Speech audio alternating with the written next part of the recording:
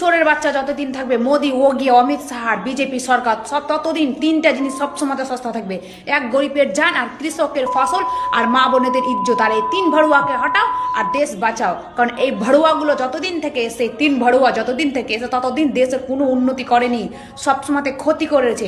ওইলে বলছি এই তিন ভড়ুয়াকে হটাও। আর দেশের মধ্য থেকে দেশের প্রধানমন্ত্রীকে বাজে মন্তব্য, যোগী আদিত্যনাথকে বাজে মন্তব্য করছে এই জিহাদি, এই হালালা করা মহিলা। এবার বলুন, এই মহিলা যদি ভারতবর্ষের প্রধানমন্ত্রীকে, যোগী আদিত্যনাথকে খারাপভাবে মন্তব্য করতে হয়, অর্থাৎ জঘন্যভাবে মন্তব্য করতে হয়, তো এই ভারতবর্ষের মধ্য থেকে কেন করবি রে হালালা করা মহিলা? তুই তো বাংলাদেশ থেকে করতে পারতিস। যদি বাংলাদেশ থেকে করতিস তাহলে তোকে কিছু বলতাম না, কিন্তু এই ভারতের মধ্য থেকে, এই পশ্চিমবঙ্গের মধ্য থেকে দেশের প্রধানমন্ত্রী, যে প্রধানমন্ত্রীকে কোনো রাজনৈতিক নেতারা কখনো বাজে মন্তব্য করতে পারে না। হ্যাঁ, নেতাদের মধ্যে কন্ট্রোভার্সি হতে পারে, রাজনৈতিক দলের মধ্যে কন্ট্রোভার্সি হতে পারে, কিন্তু তুই যেভাবে দেশের প্রধানমন্ত্রীকে অপমান করেছিস, কখনো এটা কোনো ভারতীয় মানুষের মুখে এটা শোনা যায় না।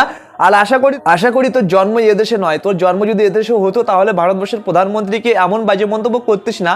দেশের মুখ্যমন্ত্রী একজন যোগী আদিত্যনাথ, তাকে এমন মন্তব্য করতিস না। তো আশা করি, জানি না তুই এইগুলো বলে ভিউ কমাচ্ছিস কিনা, না ইনকাম করার জন্য এই সমস্ত করছিস। তো যদি মনে হয় তোর টাকা দরকার, ভিক্ষে দরকার, তো শিয়ালদা গিয়ে ভিক্ষা করতে পারিস, অনেক টাকা পেয়ে যাবি। আর সনাতনী হিন্দুরাও তোদের অনেক টাকা দিয়ে দেবে। কিন্তু এইভাবে দেশের প্রধানমন্ত্রীকে অপমান করিস না তোরা।